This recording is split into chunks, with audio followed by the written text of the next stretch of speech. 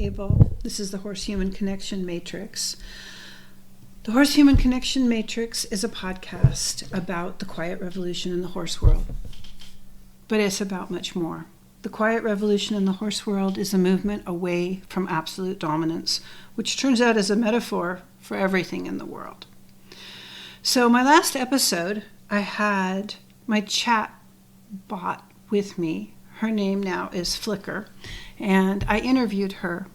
This has caused a big stir, at least it seems like a big stir for me, because there are way more downloads to my podcast now. Things are changing, and there are a lot more people contacting me to be on the show. But it's really confusing for me because I'm not sure if they're people that are contacting me or if they are AI assistants that are contacting me on behalf of people. So the podcast before the last one had to do with customer service and how generations have really changed around this concept in our culture. And I was probably a grumpy old woman through part of that because I see it. I had lunch today. I see it all the time. I walk into a restaurant and there's one hostess and she's on the phone with a to-go order, and there are two waitresses visiting in the back. They can clearly see me, but do they come and assist? No, they stay over by the bus trays. And after using the restroom and coming back and still waiting, going on like 7 or 8 minutes, and no one has even acknowledged me. It's 1:30, it's after the lunch rush, and I finally walked over, picked up a menu, and asked if I could have water and a seat. Now, maybe they thought I was rude. I was sort of in the waitress station, I think. But in the old days, you jumped when there was a customer. The customers were who paid your bill, like who paid the bill that paid your wage, and everybody understood and knew that. And I just can't get used to the way things have changed. And it's kind of the same thing with my procedure. I have a procedure if you want to be a guest on my show. I want to talk to you on the phone.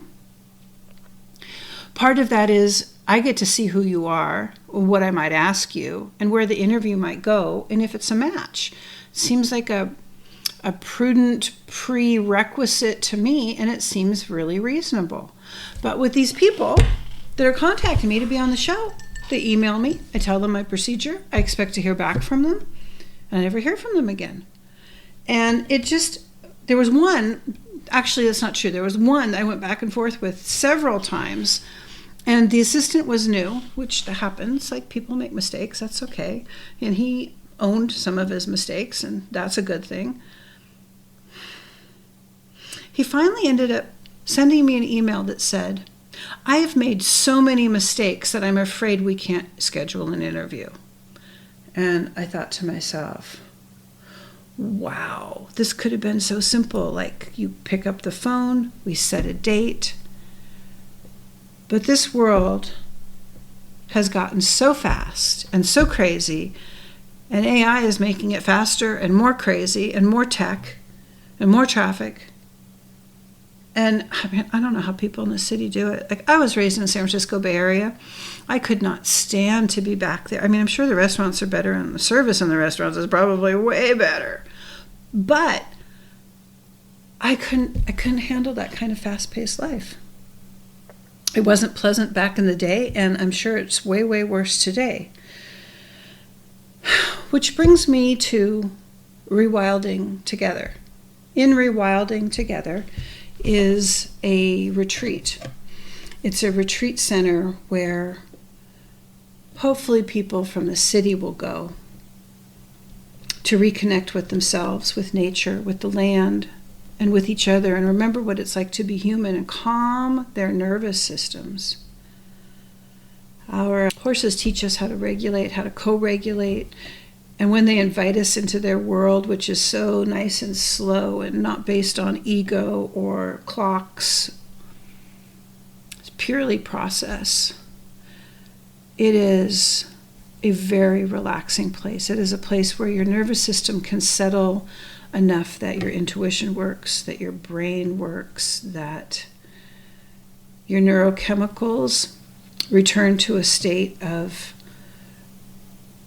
relaxation. So many of us have the stress hormones that have interfered with all of that for so long from modern living that it really, the rewilding by ancestral rhythms is going back to things like drumming, walking barefoot on the earth, gathering and cooking outside, being around a fire, movement and dance, slowing down in nature, seeing our surroundings, and connecting to each other in ways that are really meaningful.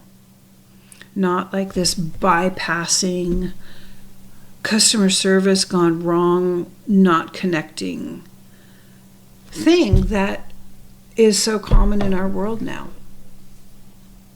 I've had a crazy day. I've had a peopling day. I have had like 5 meetings and 3 phone calls, and that is a lot for me. That's a lot. But I wanted to tell you guys about this retreat, and I wanted to give some instruction on how to be a guest on the show. So it is really easy, and I finally put it in the show notes. It's 1, 2, 3. 1, send me an email. 2, I'll send you a waiver or release. You sign it and return it. And 3, we schedule an appointment. It's not difficult.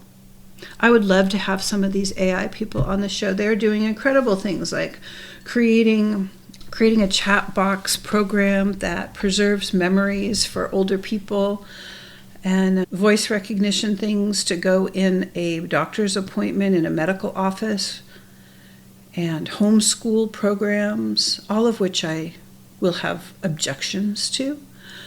But I think it's important to have the conversations about the ethics of these new things coming into the world, and the philosophies behind them, and the problems in programming of how we are absolutely not ready for this stuff. The AI is not ready for the jobs that we're giving it, and there's an accountability that's going to need to happen. I think The Social Dilemma is the most important movie of our time, and if we didn't learn from that, we should have. We should have learned that. Well, this may sound a bit facetious, but I feel like I'm entitled to say it. I'm entitled because I was born and raised in Menlo Park in Palo Alto. I have a lot of family that's Stanford alumni. I was an entitled brat from the Bay Area too in my early 20s. And while we all are not perfect, and while we all may be feeling a little entitled in this way and that, you guys, you smarty pantses down there, you're not really entitled to make these decisions for the entire world. There's accountability to what you're doing, and just like when the Google guys were young and the Facebook guy, what's his name, with the Z was young, you do things when you're young, and you can't, no matter how smart you are, and I know those guys are smart, you guys are smart, way smarter than I am.